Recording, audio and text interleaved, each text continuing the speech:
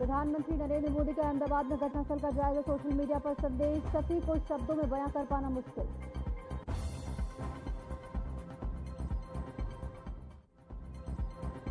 Air India के दुर्घटनाग्रस्त विमान का डीवीआर हुआ बरामद, खुलेंगे प्लेन क्रैश से जुड़े सारे राज।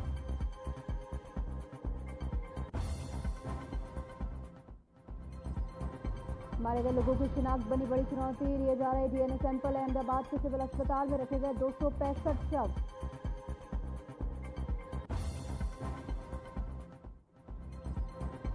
ईरान पर इजरायल के हमले से भारी क्षति, ईरान को यूरेनियम संवर्धन प्लांट हुआ तबाह, मिसाइल साइट्स को भी नुकसान।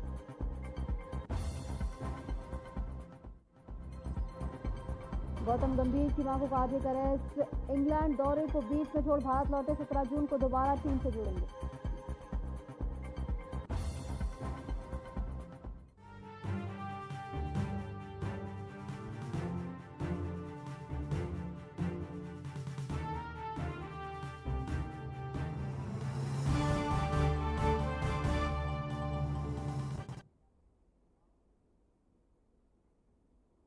नमस्कार, मैं हूं आपके साथ निशु शर्मा। शुरुआत करेंगे बुलेटिन की बड़ी खबर के साथ, जहां अहमदाबाद में प्रधानमंत्री नरेंद्र मोदी पहुंचे हुए हैं। दिवंगत विजय रूपाणी के परिवार से भी उन्होंने मुलाकात की है। परिजनों से करीब 30 मिनट तक उन्होंने बातचीत की है। दुख की घड़ी में परिवार को यहाँ पर ढांढस बंधाया है। ये कल्पना से परे है, विजय भाई हमारे बीच नहीं रहे हैं, मैं उनको दशकों से जानता हूँ, ये बात प्रधानमंत्री की ओर से कही गई है। और हमने कंधे से कंधा मिलाकर काम किया है, पार्टी की विचारधारा के प्रति प्रतिबद्ध थे। उन्होंने संगठन में विभिन्न जिम्मेदारियां भी संभाली हैं। गुजरात के सीएम के रूप में उन्होंने लगन से काम किया, ये प्रधानमंत्री नरेंद्र मोदी की ओर से कहा गया है। तो प्रधानमंत्री नरेंद्र मोदी अहमदाबाद पहुंचे हुए हैं, जहां पर घायलों से उन्होंने मुलाकात की है। इसी के साथ दिवंगत विजय रूपाणी के परिवार से भी मुलाकात उन्होंने की। अपनी संवेदनाएं उनके प्रति उन्होंने व्यक्त की है। मैं ये मानने को तैयार नहीं हूं कि विजय भाई अब नहीं रहे, मैं उनसे वर्षों से जुड़ा रहा हूं। हमने कई चुनौतीपूर्ण समय में कंधे से कंधा मिलाकर काम किया है। सरल और सौम्य स्वभाव वाले विजय भाई बहुत मेहनती और पार्टी की विचारधारा के प्रति प्रतिबद्ध थे। जमीनी कार्यकर्ता के रूप में सार्वजनिक जीवन में अपना करियर शुरू करने वाले वे संगठन में विभिन्न जिम्मेदारियों को निभाते हुए गुजरात के मुख्यमंत्री बने। और उन्होंने मुलाकात आवास पर की है, जिसकी तस्वीरें भी हम आपको दिखा रहे हैं। और एक्स पर पोस्ट कर अपनी संवेदनाएं भी यहाँ पर प्रधानमंत्री नरेंद्र मोदी की ओर से व्यक्त की। उन्होंने लिखा कि ये यकीन से परे है कि वो अब हमारे बीच नहीं रहे हैं। हालांकि आपको बता दें कि प्लेन क्रैश में मृतकों का आंकड़ा जो है 265 पहुंच गया है, जहां पर घायलों से मुलाकात करने के लिए प्रधानमंत्री नरेंद्र मोदी अहमदाबाद पहुंचे हैं।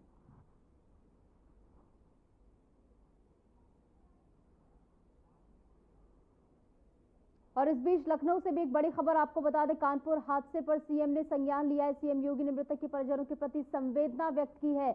अधिकारियों को मौके पर पहुंचने के निर्देश भी सीएम योगी आदित्यनाथ की ओर से जारी किए गए। सीएम योगी ने राहत बचाव कार्य में तेजी लाने के निर्देश दिए। घायलों के समुचित उपचार कराने की बात भी उनकी ओर से कही गई है। कानपुर गंगा में डूबने से एक युवक की मौत हो गई है। 3 दोस्तों के साथ वो युवक गंगा नहाने गया था, लेकिन डूबने से व्यक्ति की मौत हो गई। फिलहाल इस हादसे को लेकर सीएम योगी आदित्यनाथ ने संज्ञान लिया है और परिवार के प्रति संवेदना उन्होंने व्यक्त की। अधिकारियों को तत्काल वहां पर पहुंचने के निर्देश भी उनकी ओर से जारी किए गए हैं।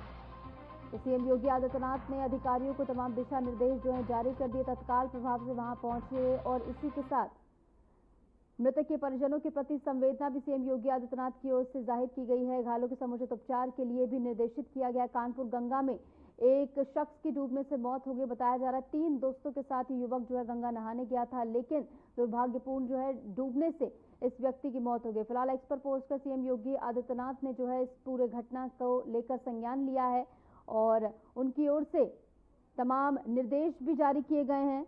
जहां पर कानपुर हादसे में सीएम योगी आदित्यनाथ ने संज्ञान लेते हुए तमाम अधिकारियों को निर्देशित किया है। कानपुर हादसे पर सीएम योगी आदित्यनाथ का ये एक्स पर पोस्ट भी सामने आया, जिसमें उन्होंने ये बात बताई है कि किस तरीके से परिवार के प्रति उनकी संवेदनाएं हैं।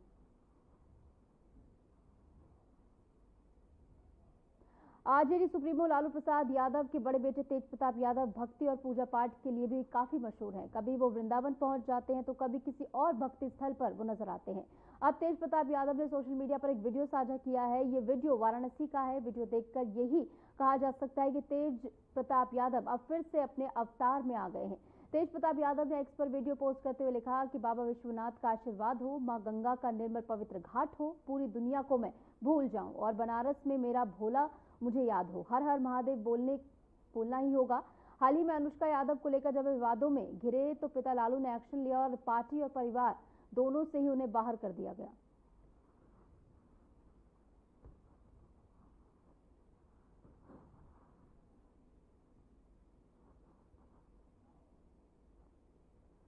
मौलाना तौकीर रजा खां का एक भड़काऊ भाषण का वीडियो सामने आया है। उन्मादी हैदरी दल के समर्थन में मौलाना तौकीर उतरे हैं और तौकीर ने बोला है कि मुसलमानों पर जुल्म हो रहे हैं और गिरफ्तारी मौलाना तौकीर की सीएम योगी आदित्यनाथ कराने की कोशिश कर रही है, ये उनकी ओर से कही गई। पुलिस को भी खुली चुनौती देते हुए नजर आए हैं।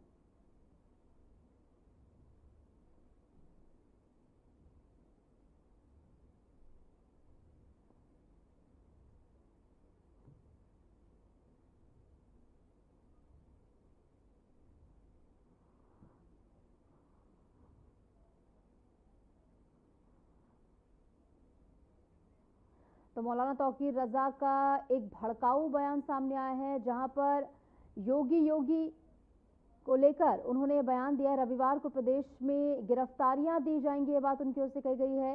और आपको बता दें, मौलाना तौकीर रजा ने एक बार फिर से यहां पर जहर उगला है और ये वीडियो सोशल मीडिया पर वायरल हो रहा है। योगी कैसी कैसी गुस्ताखी करते हैं, ये बात उनकी ओर से कही गई है। और जो वीडियो वायरल हो रहा है, उस वीडियो का संज्ञान अब लिया जाएगा। मौलाना तौकीर रजा खान ने एक बार फिर से भड़काऊ बयान देकर जो है उन्माद फैलाने की कोशिश की है, क्योंकि जिस तरीके से बयानबाजी उनकी ओर से की जाती है, एक बार फिर से वही क्रम यहां पर देखने को मिला है। रविवार को प्रदेश में गिरफ्तारियां दी जाएंगी, ये बात उनकी ओर से कही गई है।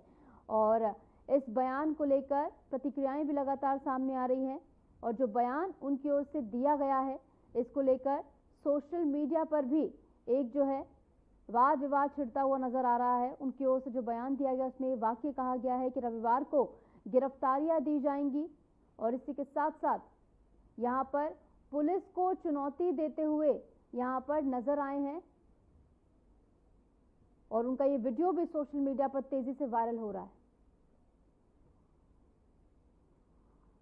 एक बार फिर से मौलाना तौकीर रजा खान ने जहर उगला है और उनका वीडियो भी सोशल मीडिया पर तेजी से वायरल हो रहा है, जहां पर उन्होंने पुलिस प्रशासन को साफ तरीके से चुनौती यहां पर दी है।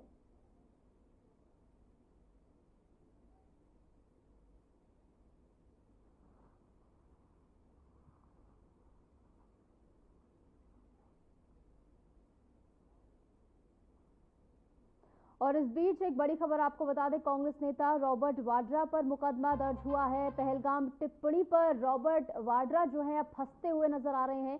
लखनऊ सीजेएम कोर्ट में वाद स्वीकार हुआ है। कुलदीप तिवारी ने इसकी शिकायत की थी। ज्ञानवापी के पक्षकार हैं कुलदीप तिवारी, आपको बता दें, और 20 जून को इस मामले पर सुनवाई होगी। तो ये बड़ी खबर हम आपको बता रहे हैं, जहां कुलदीप तिवारी ने जो शिकायत की थी उस पर अब रॉबर्ट वाड्रा की मुश्किलें बढ़ती हुई नजर आ रही हैं। जहां कांग्रेस नेता रॉबर्ट वाड्रा पर मुकदमा दर्ज किया गया है। पहलगाम टिप्पणी पर रॉबर्ट वाड्रा जो है यहां पर फंसते हुए नजर आ रहे हैं और कुलदीप तिवारी ने इसकी शिकायत की है। आपको बता दें कि 20 जून को अब इस पूरे मामले में जो है सुनवाई होगी। इंतजार 20 जून का है जब इस पूरे मामले को लेकर सुनवाई होगी। फिलहाल पहलगाम टिप्पणी पर रॉबर्ट वाड्रा की मुश्किलें जो है बढ़ती हुई नजर आ रही हैं। सीजेएम कोर्ट ने वाद स्वीकार कर लिया है। कुलदीप तिवारी ने इसकी शिकायत की थी, जिसके बाद वाद स्वीकार होने के बाद अब 20 जून को इस पूरे घटनाक्रम पर सुनवाई होगी।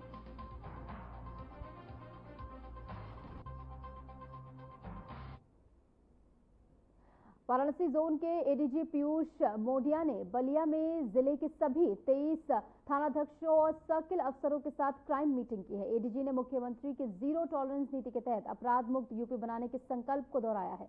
उन्होंने थानाध्यक्षों को निर्देशित भी किया है और इसी के साथ साथ यहाँ पर पीड़ित के मन में भाव नहीं आना चाहिए कि उसकी बात नहीं सुनी जा रही है, उनकी ओर से कहा गया। एडीजी ने कहा कि डीजीपी ने सभी को आम जनता के साथ अच्छा व्यवहार करने को लेकर निर्देशित कर दिया है और एडीजी पीयूष मोडिया बलिया पहुंचे तभी की ये तस्वीरें आपको दिखा रहे हैं।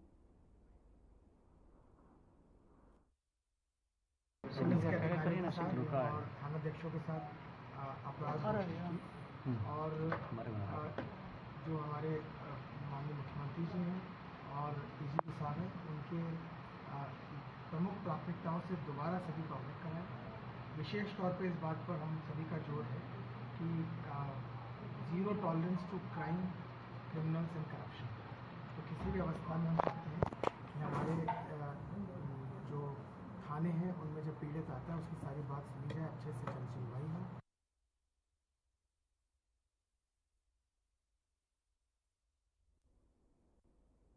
लखनऊ विकास प्राधिकरण में गुरुवार को आयोजित जन सुनवाई में कमिश्नर रोशन जेकब के समक्ष बड़ी संख्या में फरियादी पहुंचे। उन्होंने खुलकर अपनी समस्याएं रखी, जिनमें एक प्रमुख मुद्दा अवैध निर्माण की शिकायत का भी था। कमिश्नर ने इस मामले की जांच के निर्देश जारी कर दिए हैं, लेकिन निर्माण कार्य में RWA समिति द्वारा रुकावट डाली जा रही है। उन्होंने LDA की विभिन्न योजनाओं के तहत इन संपत्तियों की सूची भी प्रस्तुत की, जिनका पूरा भुगतान अब तक नहीं हुआ है। इस पर उन्होंने LDA की कार्यशैली पर भी सवाल उठाए हैं। स्थिति की गंभीरता को देखते हुए कमिश्नर ने तत्काल जांच और सख्त कार्रवाई के निर्देश जारी किए हैं।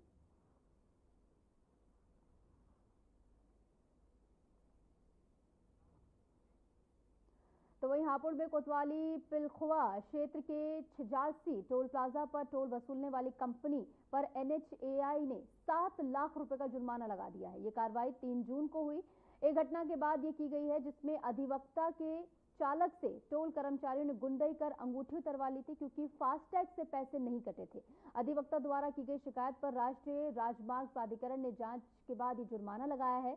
NHAI ने कंपनी को जुर्माना भरने के लिए 7 दिन की मोहलत भी दी, यानी 7 दिन का समय यहाँ पर दिया गया है। और इस कार्रवाई के बाद टोल कंपनी में हड़कंप मच गया है।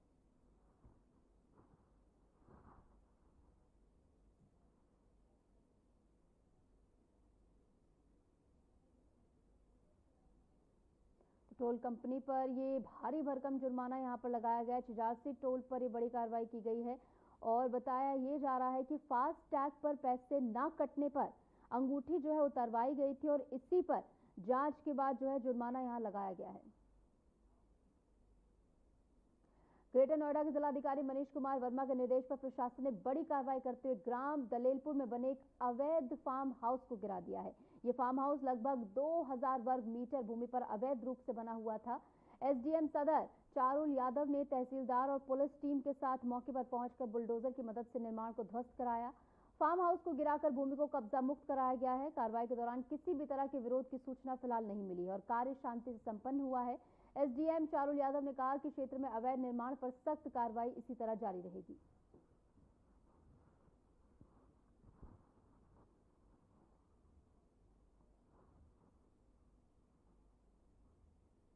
डुमरियागंज तहसील प्रशासन ने क्षेत्र के ग्राम रुद्रौलिया में अतिक्रमण पर कार्रवाई की है। आपको बता दें, अवैध रूप से किए गए निर्माण को बुलडोजर से हटवाया गया है। आवासीय पक्के निर्माण पर नियमानुसार कार्रवाई के निर्देश दिए गए थे, जहां पर SDM डॉक्टर संजीव दीक्षित के निर्देश पर तहसीलदार रवि कुमार यादव राजस्व टीम और पुलिस बल के साथ उक्त गांव पहुंचे और इसके बाद अवैध कब्जे पर प्रशासन का बुलडोजर चलाया गया।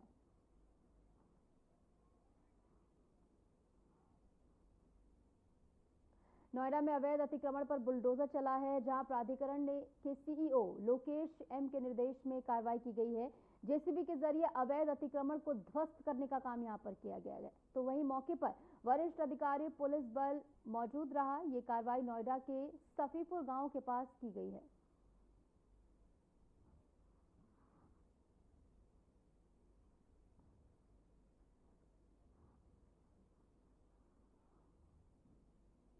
हाईटेक सिटी के जिला अस्पताल में हालात इस समय बेहद खराब हैं। करीब 500 करोड़ रुपए की लागत से बने इस अस्पताल में बुनियादी सुविधाओं की भारी कमी देखी जा रही है। वहीं गर्मी के मौसम में मरीजों का इलाज मोबाइल की टॉर्च की रोशनी में यहां पर किया जा रहा है, क्योंकि बिजली की आपूर्ति बाधित है। पानी की किल्लत भी यहां पर बनी हुई है, जिससे मरीजों को भारी परेशानी का सामना करना पड़ रहा है। लिफ्ट के बंद होने के कारण बुजुर्गों और गर्भवती महिलाओं को सीढ़ियों से आना जाना पड़ रहा है, जो उनके लिए बेहद कठिन है। अस्पताल प्रशासन इस गंभीर स्थिति से पूरी तरह बेखबर है।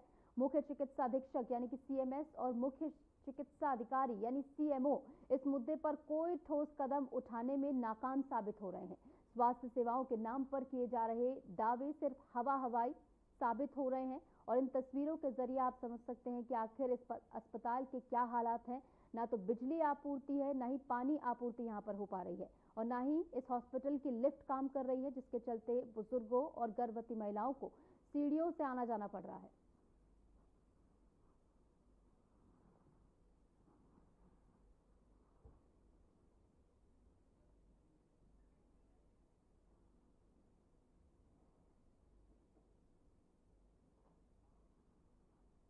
तो वहीं नोएडा के अस्पतालों में डायरिया मरीजों की संख्या में इजाफा देखने को मिल रहा है। मरीजों की संख्या यहाँ पर बढ़ी है। एक तरफ गर्मी का प्रकोप बढ़ रहा है तो वहीं दूसरी तरफ भीषण गर्मी से डायरिया का प्रकोप भी अब बढ़ता हुआ नजर आ रहा है।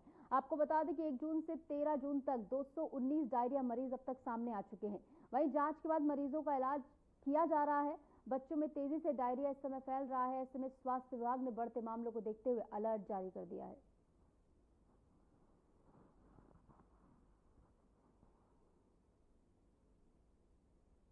चार 5 दिन हुआ ज़्यादा बढ़ गई है।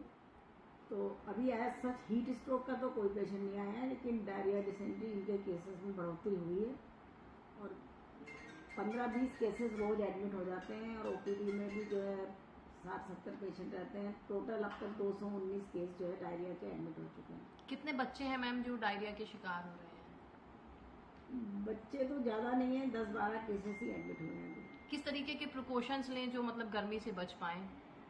गर्मी से बचने का सबसे अच्छा उपाय तो यही है कि अनावश्यक रूप से आप घर से बाहर ना निकलें। लेकिन जिनको नौकरी पे जाना है वो सुबह शाम उनका नौकरी पे जाना बहुत ज़रूरी है और वो अपने साथ पानी की बोतल और घर का खाना, मेन चीज़ तो घर का खाना साथ लेके निकले। बाहर का खाना खाने से बचें और पानी हर 2 घंटे में पीते रहें और सर पे कपड़ा, चश्मा, जो बचत, छाता लगा सकते हैं छाता। और इस बीच लखनऊ से एक बड़ी खबर आपको बता दें, यूपी में कोरोना का कहर बढ़ता हुआ नजर आ रहा है। कोरोना के 3 नए केस सामने आए हैं।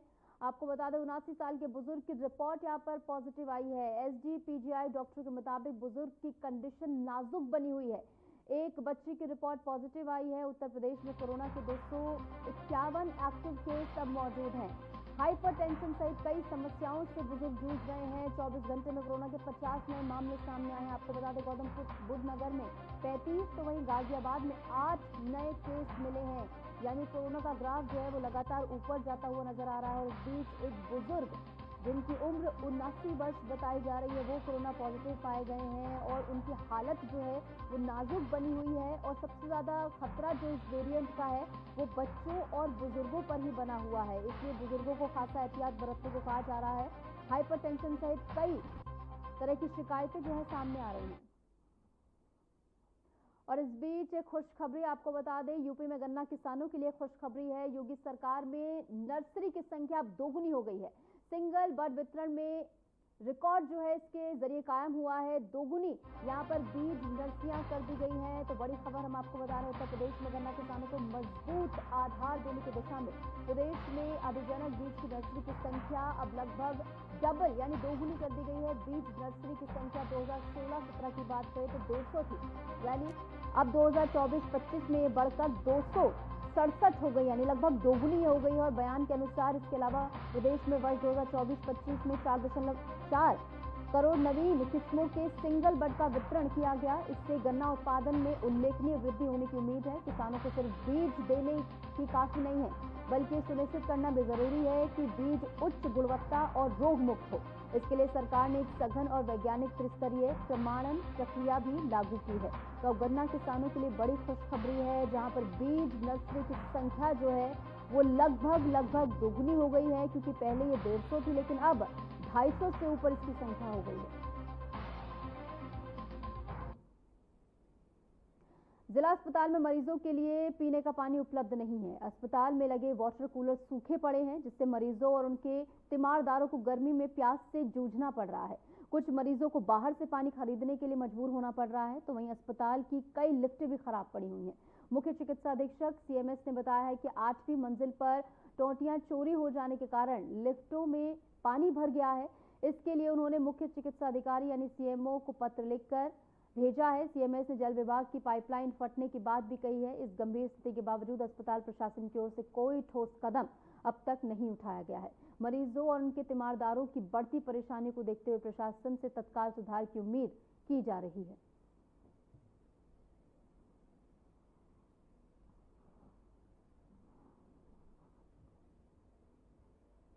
लखनऊ के पुलिस आयुक्त अमरेंद्र कुमार सेंगर के निर्देश पर जनपद में अपराधियों की धरपकड़ के लिए चलाए जा रहे अभियान के तहत गोसाईगंज पुलिस को बड़ी सफलता हाथ लगी है। लूट के मामले में पिछले 11 वर्षों से फरार चल रहा एक आरोपित आखिरकार पुलिस की गिरफ्त में आ ही गया है। प्रभारी निरीक्षक ब्रजेश कुमार त्रिपाठी के नेतृत्व में गठित टीम ने सूचना के आधार पर विनोद कुमार मिश्रा को गिरफ्तार किया है। आरोपी पर कई लूट के मामले दर्ज है। वे लंबे समय से कानून की आंखों में धूल झोंकता आया है, लेकिन आखिरकार पुलिस ने उसे अब गिरफ्तार कर लिया है। पुलिस की गिरफ्त में अब यह है और आगे की कार्रवाई जारी है। चलिए खबरों में आगे बढ़ेंगे। नोएडा के सेक्टर 35 स्थित सुमित्रा हॉस्पिटल के ग्राउंड फ्लोर पर शुक्रवार सुबह अचानक आग लग गई। आग हॉस्पिटल के रिकॉर्ड रूम में लगी है बताया जा रहा है, जिससे पूरे इलाके में धुआं फैल गया और हड़कंप मच गया। सूचना मिलते ही दमकल विभाग की 6 गाड़ियां और एक हाइड्रोलिक प्लेटफॉर्म मौके पर पहुंचे। दमकल कर्मियों ने तत्परता से आग पर काबू पाया और धुएं को बाहर निकालने के लिए स्मोक एक्सट्रैक्शन सिस्टम का इस्तेमाल किया गया। हॉस्पिटल के प्रथम और द्वितीय तल पर भर्ती मरीजों को स्वयं ही बाहर लाया गया, जबकि तृतीय तल पर भर्ती मरीजों को बाहर निकालने की आवश्यकता नहीं पड़ी। इस घटना में 2 केयर टेकर को मामूली चोटें आई हैं, जिन्हें प्राथमिक उपचार के बाद अस्पताल में भर्ती किया गया है। प्रारंभिक जांच में आग लगने का कारण शॉर्ट सर्किट बताया जा रहा है, लेकिन विस्तृत जांच जारी है। और तस्वीरें भी सामने आई जिसमें आप देख सकते हैं किस तरीके से वाटर कैनन के जरिए इस आग पर काबू पाने का प्रयास करते हुए दमकल अधिकारी यहां पर नजर आ रहे हैं।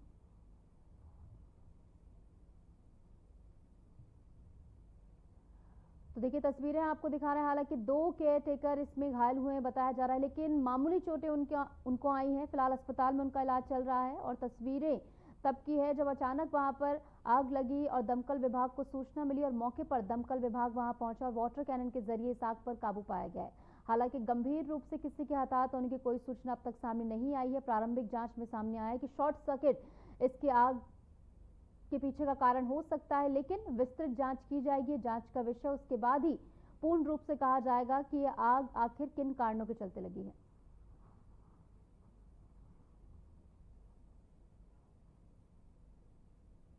लखनऊ में अमौसी इंडस्ट्रियल इलाके में तेल टैंकर में भीषण आग लग गई। वहीं आग लगने का कारण गर्मी बताई जा रही है। आग लगने से पास के 2 टैंकर भी इसकी चपेट में आ गए, जो जलकर राख हो गए। टैंकर चालकों ने समय रहते अन्य टैंकर हटाकर बड़ी घटना यहां पर टाल दी है। बता दें कि मामला सरोजनी नगर क्षेत्र का बताया जा रहा है।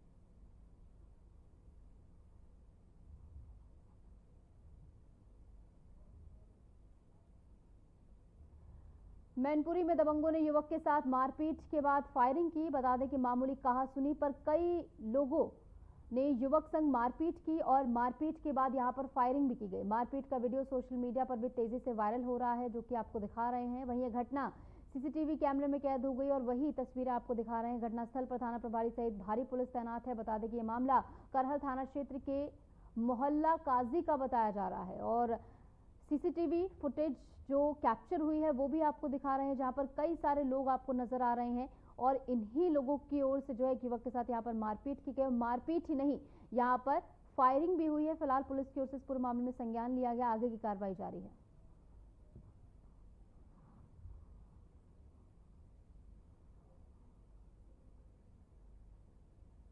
नोएडा में बढ़ती गर्मी को देखते हुए पुलिस ने ट्रैफिक पुलिस को राहत सामग्री बांटी है। पुलिस ने पानी, ग्लूकोज, इलेक्ट्रॉल और धूप से बचने के लिए छाता दिए हैं। ट्रैफिक कर्मियों को धूप से बचने के लिए कैनोपी भी यहां पर लगाई गई है। बता दें कि डीसीपी ट्रैफिक लखन सिंह यादव द्वारा सामग्री वितरित की गई है और ये वितरण की तस्वीरें भी आपको दिखा रहे हैं, जहां पानी, छतरी और इसी के साथ ग्लूकोज यहां पर दिया गया है, जैसे कि आप तस्वीरों में देख सकते हैं।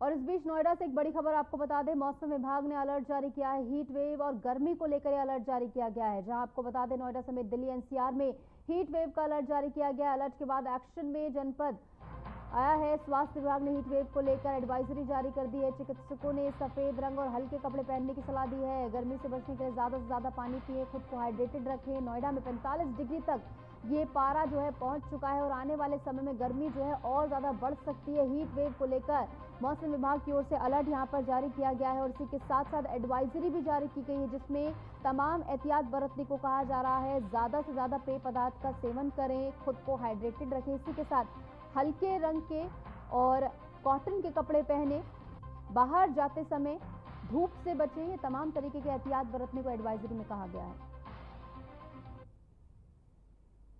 और इस बीच अमरोहा में सुबह से ही हो रही झमाझम बारिश ने लोगों को भीषण गर्मी से राहत दे दी है। तेज हवा के साथ यहां पर बारिश से तापमान में गिरावट आई है और जनजीवन यहां पर सुहावना हो गया है। करीब एक सप्ताह से पड़ रही तेज गर्मी से परेशान आम लोगों और किसानों के चेहरे यहां पर खिल उठे हैं। बताया जा रहा है कि ये मौसम की पहली बड़ी बारिश है जिससे खेती किसानी को भी फायदा पहुंचेगा। फिलहाल बूंदाबांदी का सिलसिला जारी है और मौसम ठंडा बना हुआ है। मौसम विभाग ने आगे भी हल्की बारिश का अनुमान जताया है।